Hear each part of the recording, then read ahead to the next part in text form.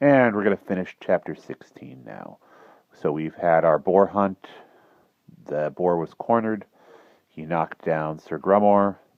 Everybody gave chase, but only three were fast enough to keep up with the hounds: Mr. Twitey, the Wart, and Robin Wood. They came upon one of the dogs with his back broken. The boar charged at Twitey. Um, the hounds attacked the boar, so Twitey was pinned under the boar and all of the hounds.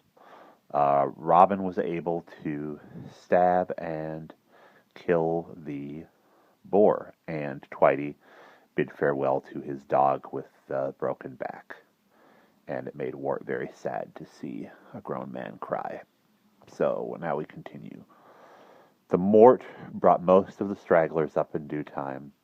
Hob was there already, and Sir Ector came up next, whacking the brambles aside with his boar spear, puffing importantly and shouting, "Well done, Twitey! Splendid hunt, very! That's the way to chase a beast of venery, I will say. What does he weigh?" The others dribbled in by batches, King Pellinore bounding along and crying out, "Tally-ho! Tally-ho! Tally-ho!" in ignorance that the hunt was done. When informed of this fact, he stopped and said, "Tally-ho, what?" in a feeble voice, then relapsed into silence. Even the sergeant's Indian file arrived at the end, still doubling with knees up, and were halted in a clearing, while the sergeant explained to them with great satisfaction that if it had not been for him, all would have been lost. Merlin appeared to be holding up his running shorts, having failed in his magic. Sir Grummore came stumping along with Kay, saying that it had been one of the finest points he had ever run, although he had not seen it. And then the butcher's business of the undoing was proceeded with apace. Over this there was a bit of excitement. King Pellinore, who had really been scarcely himself all day, made the fatal mistake of asking when the hounds were going to be given their quarry. Now, as everyone knows, a quarry is a reward of entrails, etc., which is given to the hounds on the hide of the dead beast, Sir Laquire, and as everybody else knows, a slain boar is not skinned. It is disemboweled without the hide being taken off, and since there can be no hide, there can be no quarry. We all know that the hounds are rewarded with a fool, a mixture of bowels and bread cooked over a fire, and of course King Pellinore had used the wrong word, so King Pellinore's trousers were taken down amid loud huzzas, and the protesting monarch was bent over the dead beast and given a hearty smack with a sword blade by Sir Ector. King Pellinore then said, "I do think you're a lot of beastly cads," and wandered off mumbling into the forest.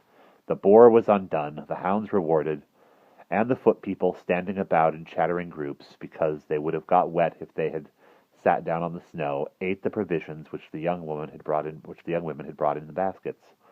A small barrel of wine, which had been thoughtfully provided by Sir Ector, was broached, and a good drink was had by all.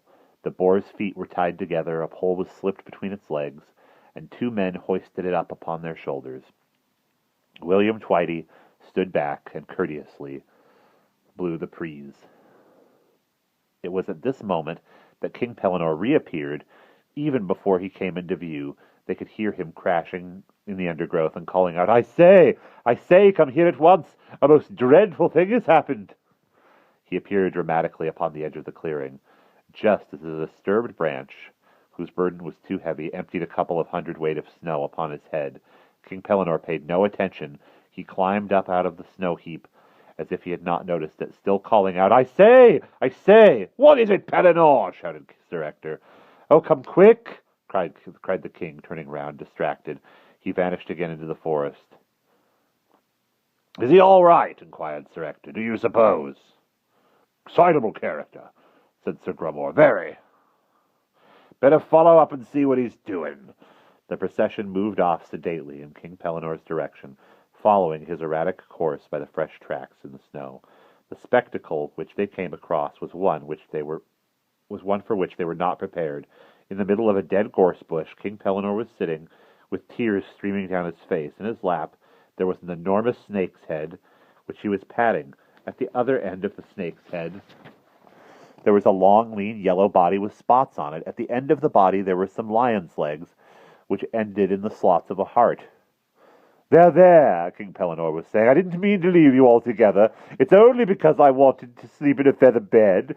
Just for a bit. I was coming back, honestly I was. Oh, please don't die, beast, and leave me without any fumets. When he saw Sir Ector, the king took command of the situation. Desperation had given him authority. Now then, Ector, he exclaimed, don't stand there like a ninny. Fetch the barrel of wine along at once. They brought the barrel and poured out a generous tot for the questing beast. Poor creature, said Pellinore indignantly. It's pined away, positively pined away, just because there was nobody to take an interest in it.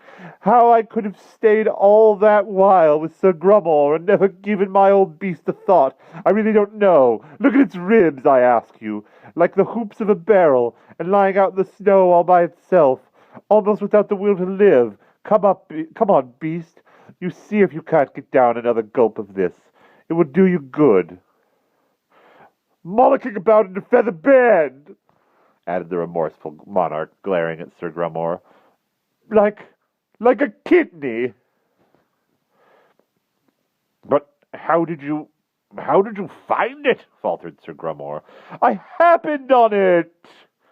And a small thanks to you, running about like a lot of nincompoops and smacking each other with swords. I happened on it in this gorse bush here, with snow all over its poor back and tears in its eyes and nobody to care for it in the wide world. It's what comes of not leading a regular life. Before it was all right. We got up at the same time, quested for regular hours, and went to bed at 10:30. Now look at it. It's gone to pieces altogether, and it will be your fault if it dies. You and your hummocky bed. But Pellinore, said Sir Grummore. Shut your mouth, the king replied at once. Don't stand there bleating like a fool, man. Do something. Fetch another pole so that we can carry old Gladstone home. Now then, Ector, have you got any sense? We must carry him home and put him in front of the kitchen fire.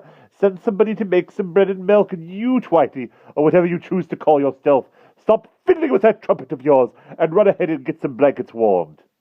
When we get home, concluded King Pellinore, the first thing will be to give it a nourishing meal, and then if it's all right in the morning, I'll give it a couple hours' start, and then hey-ho for the old life again. What about that garrison, hey? You'll take the high road, and I'll take the low road. Come along, Robin Hood, or whoever you are. You may think I don't know, but I do. Stop leaning on your bow with that look of negligent woodcraft. Pull yourself together, man, and get that muscle-bound sergeant to help you carry her. Now then, lift her easy. Come along, you chuckleheads, and mind you don't trip. Feather beds and quarry, indeed. A lot of childish nonsense. Go on, advance.